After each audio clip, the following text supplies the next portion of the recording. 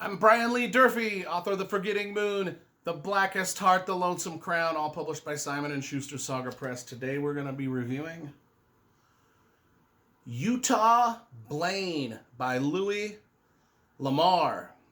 Louis L'Amour. As you know, I got like 100 Louis L'Amour books up in my library. I'm going to review every last one of them. For some of the videos, I bring them all down and show them to you. Now I just got a few here. But the first thing we got to talk about Louis L'Amour books is the covers. You know, I talk about the graphic design, the packaging, and everything when I do my book reviews. And this has got a great, great cover of a cowboy of our hero Utah Blaine. That's a painting done by Gordon Crabb, the illustrator. Man, isn't that a sharp painting? Just look at that cowboy, his black hat, his rifle. Look at the detail on look at the detail on the pistol, on his jacket, his hat, his face, the aspen tree mountains in the background.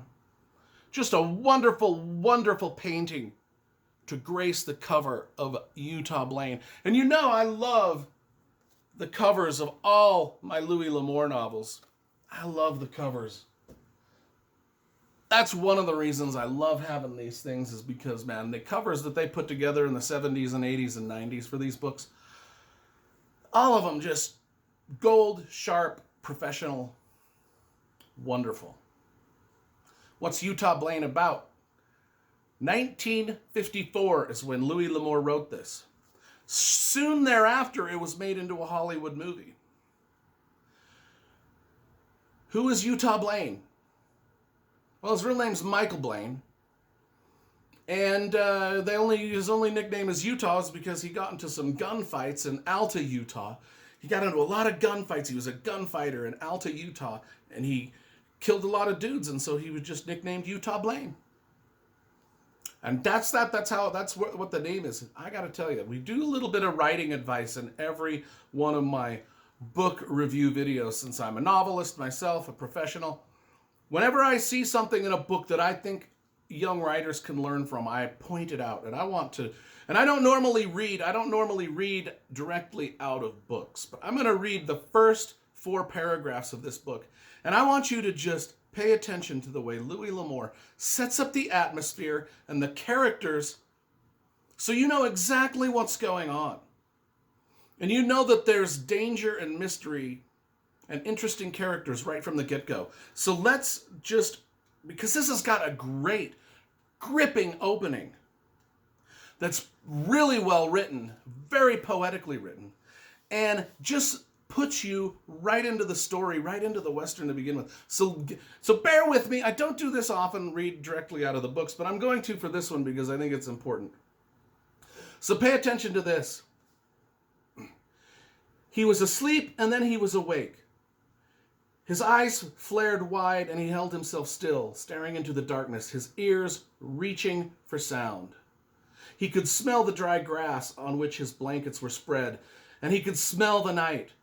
And when he heard again the sound that had awakened him, it was the stir of hooves in the dusty trail some 30 yards away, not the sound of one horse alone, but the sound of several horses. Carefully, he lifted himself to one elbow. This was strange country, and he was unarmed. What motives might inspire whoever was out there, he could not guess. But large groups of riders did not move silently along midnight trails without adequate reason. This was no celebrating bunch of cowhands headed for the ranch. These men were quiet, and their very stillness was a warning. No stranger to trouble, he lay perfectly still, feeling the muscles of his ears tighten with suspense. Then the horses stopped.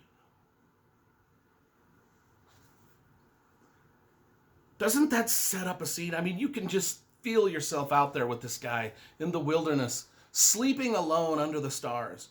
And then he hears a group of horses creeping up on him. So now we've got our hero the atmosphere, the danger, the mystery, and our bad guys, all ready to meet together under the stars in the wilderness in a mysterious way. Just sets it up perfectly. Now what happens? Because it jumps right into the story after that. What happens? Who are these horsemen?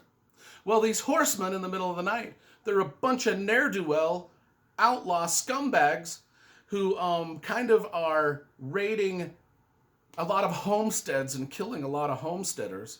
And so they've got a homesteader with them, and they've taken him up into the mountains late at night to hang him, just to get rid of him because they want his ranch and his property. So they take him up there and they hang him.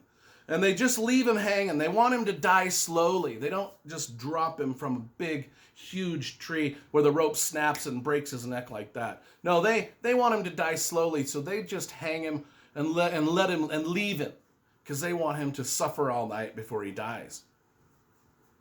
Well, so they hang him and they leave. Well, Utah Blaine creeps out of his little sleeping area and he saves this rancher. You know, keep in mind, Utah Blaine is a gunslinger from Utah who is very notorious as a gunslinger. And so he saves this rancher, and this rancher recognizes him as Utah Blaine, and he's like, hey, man, these dudes think I'm going to be dead. They're going to be thinking I'm dead, right? But you've just saved me, and they're going to be surprised when I show up alive. He's like, so you need to be my protector now. I'm going to hire you on, and you'll be my protector, and you will work at the ranch for me, and then, you can take over the ranch. The ranch will be yours, and I will sign over the deed of the ranch to you. And Utah Blaine's like, that's what I've always dreamed of. I never wanted to be a gunfighter anyway. I just always wanted to have my own place and my own family. So this sounds like a good deal for Utah Blaine. So they go back, and Utah Blaine takes over the ranch, and he's like a rancher, and these dudes are like, these dudes that hung the guy, they're like, no, it's our ranch. That guy's dead. We take over this ranch. This ranch is ours now. And Utah Blaine's like, no, it ain't yours. It ain't yours. And the dude you think is you hung, he ain't dead. He signed the deed over to me. Here's other than the bad guys, the ruffians, the outlaws that hung the man. They're like, whoa, wow, this dude thinks he's something else. He's gonna take. We hung the rancher because we wanted to steal this ranch, And then there's another ranch down the road, of course, that's run by this widow, this lady, this very pretty lady, of course, Utah Blaine. Utah Blaine's got to protect her too, from the bad guys, because the bad guys want her ranch, and so we got to have the love interest, the gunslinger, protecting the ranch, his own ranch, the dude that he saved. And things, and it's just, that's the plot of it. That's the whole story right there. I won't give away the ending. I mean, I set up about the first third of it, right? But you got to read it to figure out how it ends. You got to know. You got to read it to see who dies, who lives, who falls in love, who maybe doesn't fall in love, who gets killed, who gets gunslinged against, who gets punched in the face, knifed in the back. It's a great Western. It's one of the, I love all of Louis L'Amour books. I read this in like an hour and a half today. All of his books are only 150 to 200 pages long. I read this in an hour and a half. I read it a long time ago when I first bought it as a young man. I've collected all these since I was a young dude, and I've read them most all once, some of them twice. I'm rereading them all now for my YouTube channel.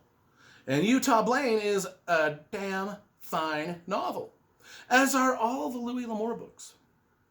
So if you want to just get into a great, simply told Western story, Utah Blaine is I never even saw the movie. I don't even know if the movie's any good.